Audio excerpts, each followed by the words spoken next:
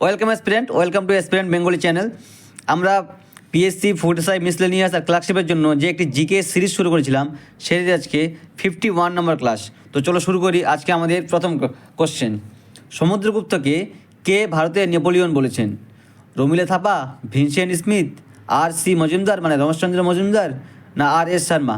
এখানে অ্যান্সার হয়ে যাবে V A Smith, Vincent Smith. তিনি সমুদ্রগুপ্তকে ভারতের নেপোলিয়ন বলেছিলেন। সেকেন্ড কোশ্চেন হলো, ব্যবহার সমতা, দণ্ড সমতা এই বিধি দুটির প্রবর্তন করেন কে? বিন্দুসার, দ্বিতীয় চন্দ্রগুপ্ত, চন্দ্রগুপ্ত মৌর্য, না সম্রাট অশোক? এখানে অ্যান্সার হয়ে যাবে সম্রাট অশোক। ঠিক আছে, এখানে বলে রাখি যে বিন্দুসার, চন্দ্রগুপ্ত মৌর্য, সম্রাট অশোক। চন্দ্রগুপ্ত মৌর্য ছিলেন মৌর্য সাম্রাজ্যের প্রতিষ্ঠাতা। বিন্দুসার ছিলেন চন্দ্রগুপ্ত মৌর্যের পুত্র এবং মৌর্য সাম্রাজ্যের দ্বিতীয় সম্রাট। আর সম্রাট অশোক ছিলেন বিন্দুসারের পুত্র এবং মৌর্য সাম্রাজ্যের সর্বশ্রেষ্ঠ সম্রাট। ঠিক আছে, নেক্সট কোশ্চেন হলো, বাংলায় কৌলিন্য প্রথা চালু করেছিলেন কোন সেন বংশীয় রাজা? বল্লাল সেন, লক্ষণ সেন, বিক্রম সেন, না বিজয় সেন? এখানে অ্যান্সার হবে বল্লাল সেন বাংলায় প্রথম কৌলিন্য প্রথা চালু করেছিলেন। নেক্সট হলো, কোন সম্রাটের আমলে চতুর্থ বৌদ্ধ সংহতি আহত হয়েছিল? এখানে অ্যান্সার হবে অশোক, কনিষ্ক, অজাতশত্রু, না মহাবদ্রনন্দ? এখানে অ্যান্সার হয়ে যাবে কনিষ্ক। ঠিক আছে, ভারতে টোটাল চারটি বৌদ্ধ সংহতি হয়েছিল। ঠিক আছে, যার মধ্যে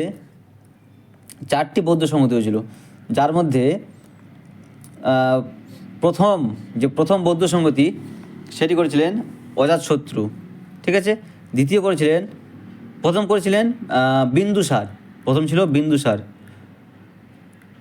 দ্বিতীয় ছিল অজাতশত্রু, তৃতীয় করেছিলেন অশোক, চতুর্থ করেছিলেন কনিষ্ক। ঠিক আছে, নেক্সট হলো, সাচ্চা বাদশাহ উপাধি গ্রহণ করেছিলেন কোন শিখ গুরু? না গুরু নানক, গুরু তেগ বাহাদুর, গুরু হরগোবিন্দ, না গুরু গোবিন্দ সিং?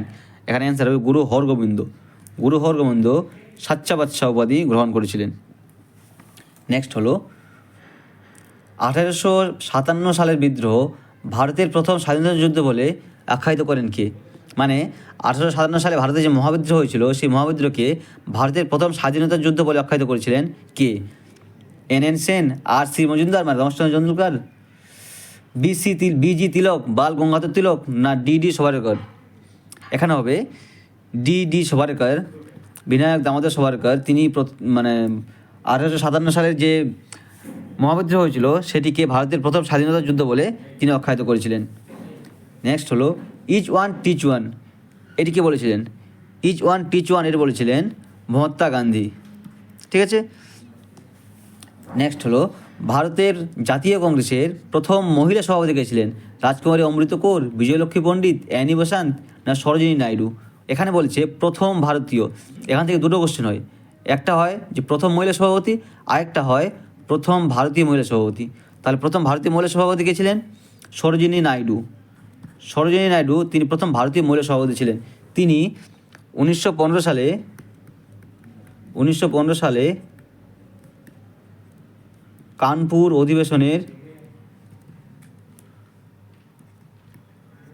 অধিবেশনের সভাপতি ছিলেন।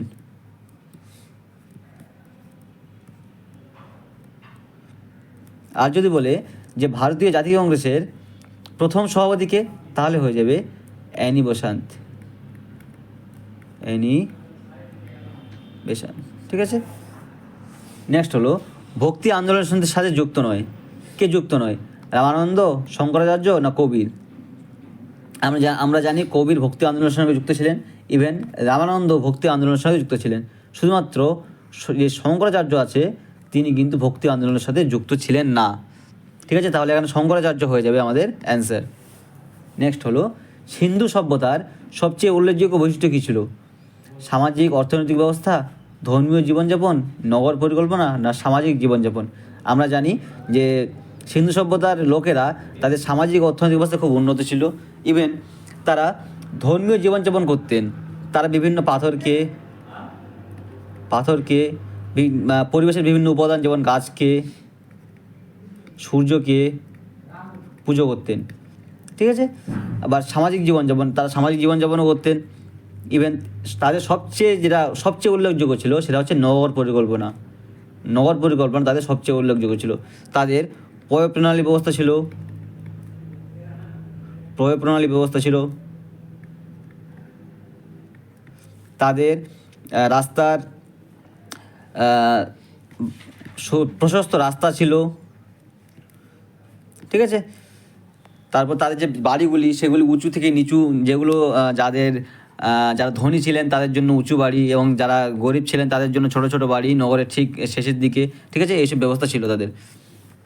নেক্সট হলো কোন রাজস্ব ব্যবস্থায় জমির খাজনা আদায়কারী হিসেবে জমিদার মধ্যস্বত্বভোগীর ভূমিকা পালন করত? মহলবাড়ি ব্যবস্থা, রাতোয়ারি ব্যবস্থা, চিরস্থায়ী ব্যবস্থা, না কোনোটি নয়?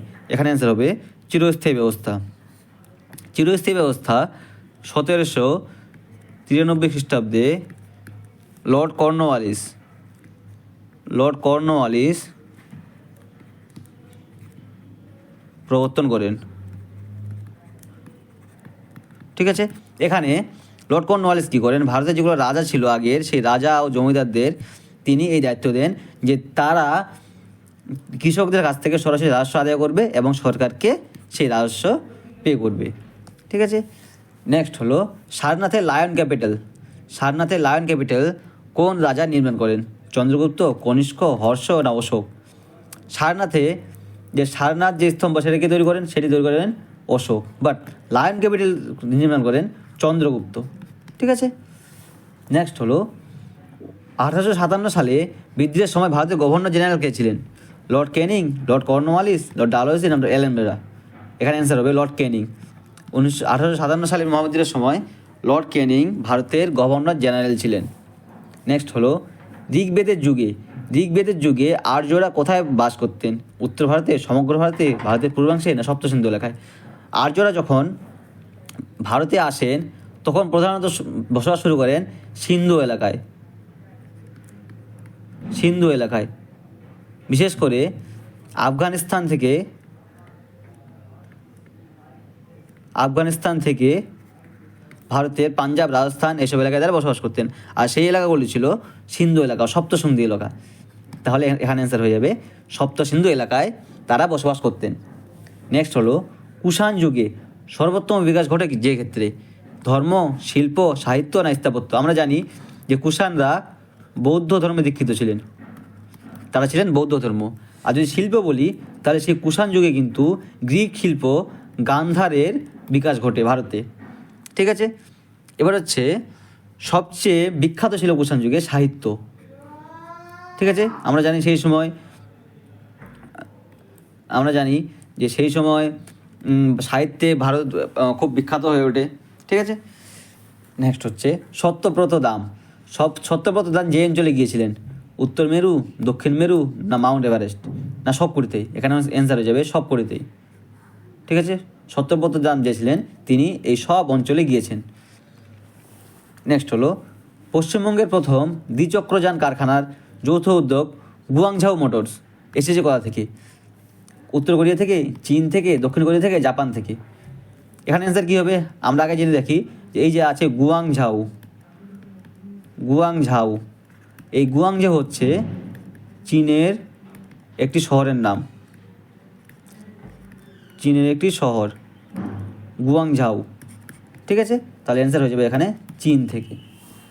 নেক্সট হলো ম্যানগ্রোভ বনভূমি গাছ হলো শিশু ও গর্জন, গোরানো গেওয়া, শাল ও মহুয়া, স্পঞ্জ ও ফার? ঠিক আছে, এখানে অ্যান্সার কী হবে? এখানে যদি দেখি শাল ও মহুয়া এগুলি কিন্তু পর্ণমোচী গাছ।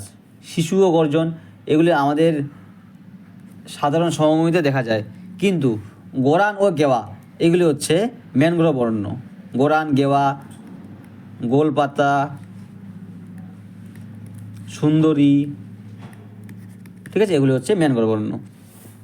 নেক্সট হচ্ছে যে কয়লায় কার্বনের শতাংশ সবচেয়ে বেশি, বিটুমিনাস, লিগনাইট হবে, পিট না অ্যান্থ্রাসাইট, এটা হয়ে যাবে অ্যান্থ্রাসাইট।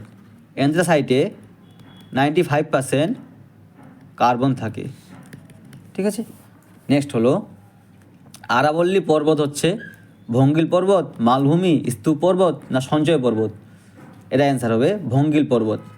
শুধু ভঙ্গিল পর্বত বললে একটু ভুল হবে, কারণ ভঙ্গিল পর্বত একটু ভুল হবে না, ঠিকই আছে, কিন্তু আমরা একটু গোলমাল করে ফেলবো, কারণ ভারতে একটি ভঙ্গিল পর্বত হচ্ছে হিমালয়।